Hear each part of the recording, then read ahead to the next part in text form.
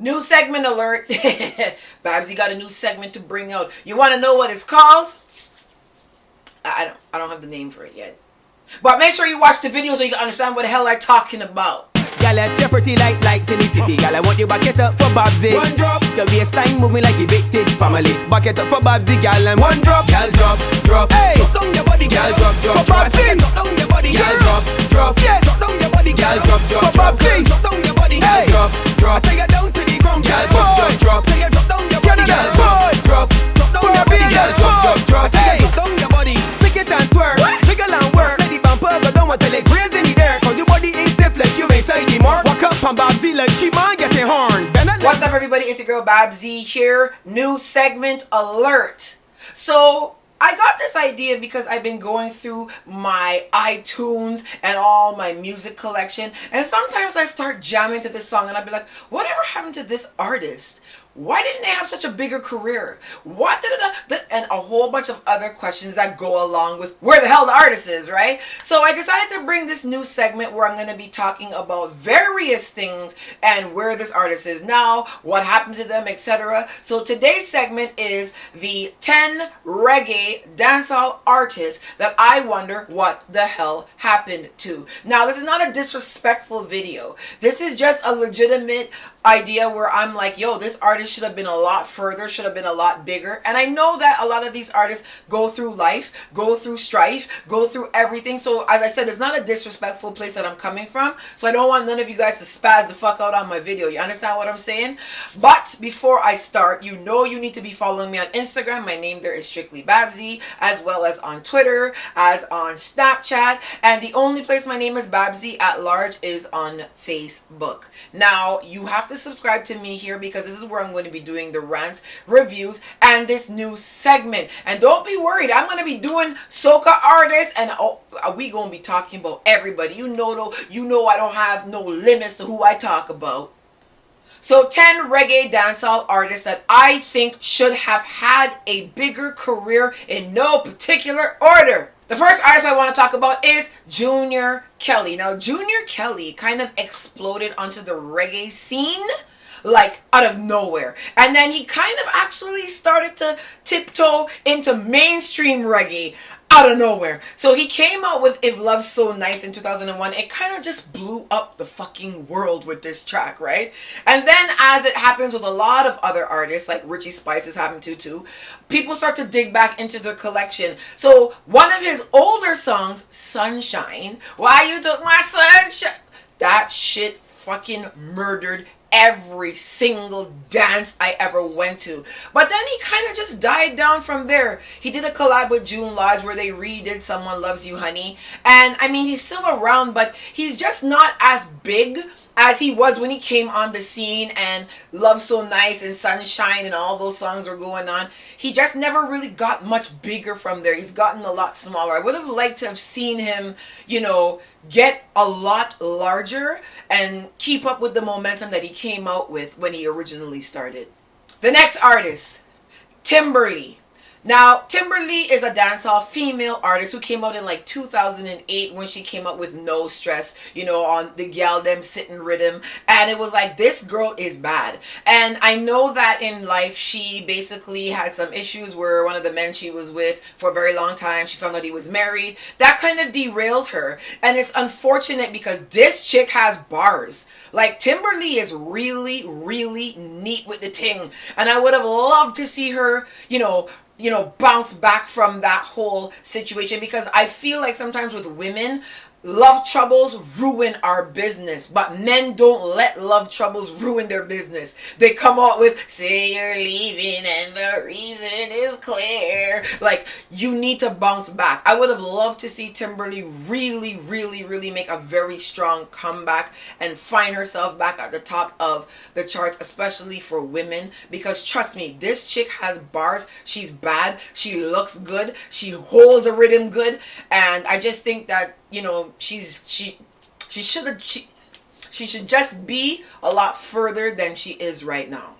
Next artist, well, two artists, Mega Banton and Ricky General. Now, they were never really a collab type group of artists, but they had the combination mix part 1 in 1993 and then they had part 2 in 1995, and honestly these two were so good together. It was just a weird collaboration between the two of them. But like with every other genre on the planet, dancehall especially is a tough genre, and if you come out the same time as somebody else, it could have a negative effect on you. And I feel like Mega Banton especially didn't get his footing the way he should have, because Buju Banton really was running that era and he kind of sounded like him. And I would have really liked to see Mega Banton and Ricky General have a much larger career. They should have been really a lot bigger than they ended up being, and it's disappointing for me because I really used to think that these guys were very, very, very good back in the day. So I talked about him the other day and I wasn't gonna leave him out. Norris Man. Norris Man is, God, this dude was really like this kind of rebel sounding kind of culture music. Them never wants to we strive.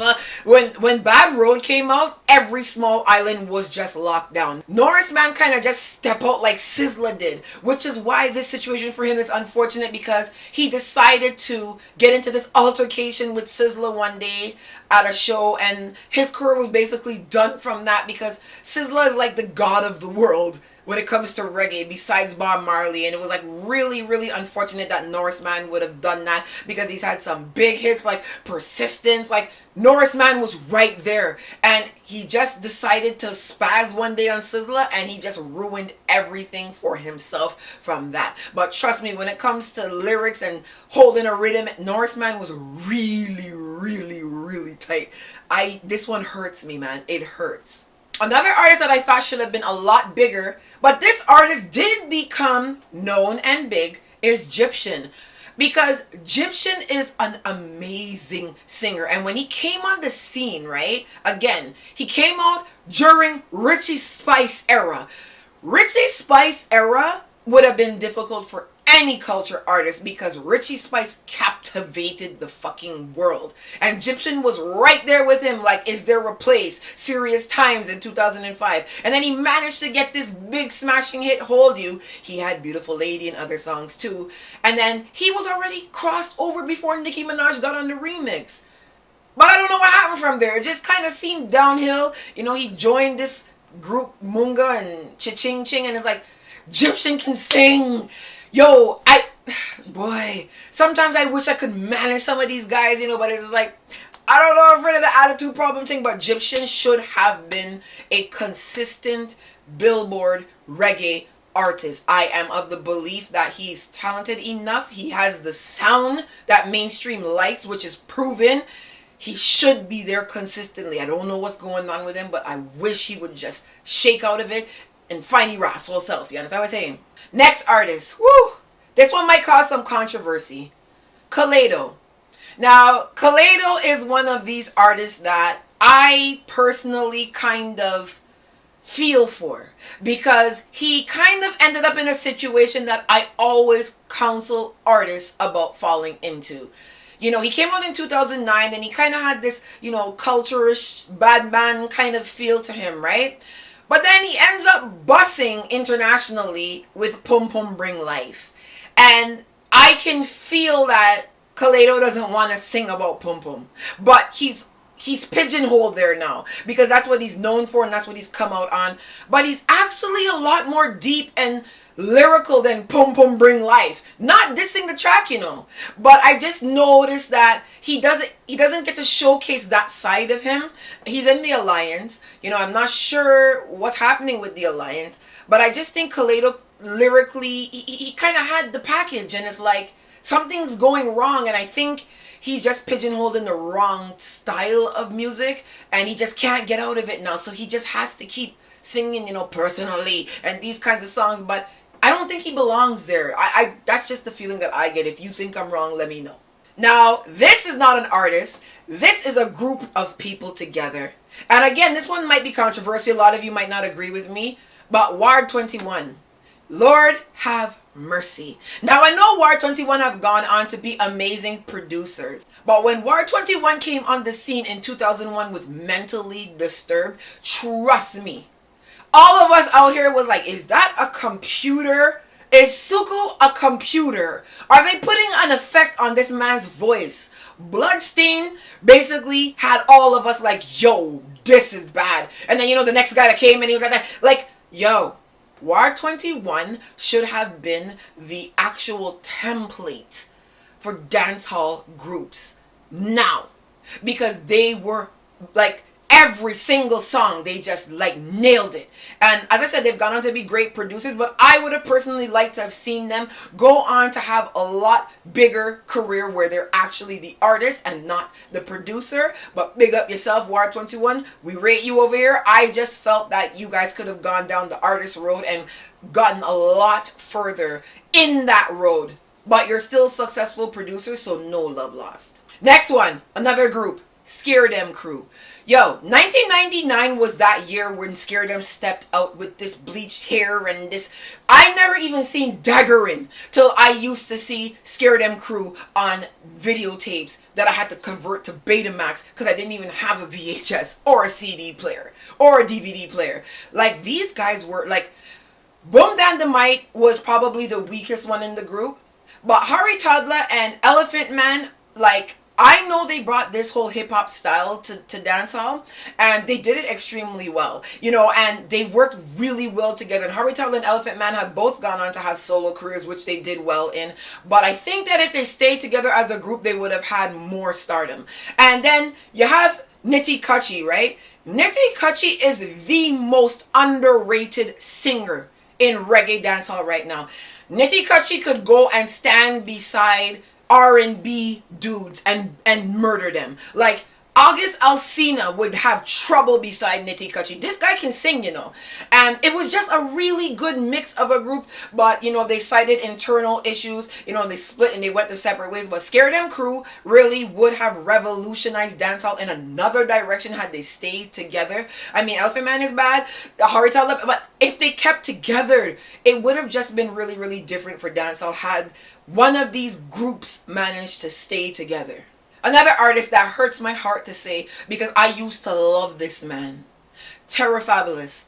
I swear to you, Terror Fabulous again managed to be successful in Buju Banton era. This is hard to do, You have to understand, when you survive during certain eras and you do well, you have to be good. Terror Fabulous was extremely talented, know how to write a rhythm, lyrics for days. He blew up and then he just disappeared. And a lot of people have talked about, mental issues. A lot of people talked about him being drugged in a spliff and a whole bunch of other reasons. But let me tell you something. Had Terror Fabulous really, really, really gotten a fair chance in this industry, some of these veterans you see now may not have had so much success had Terror Fabulous been able to keep consistent and stay in the industry. But again, mental issues, other drug issues.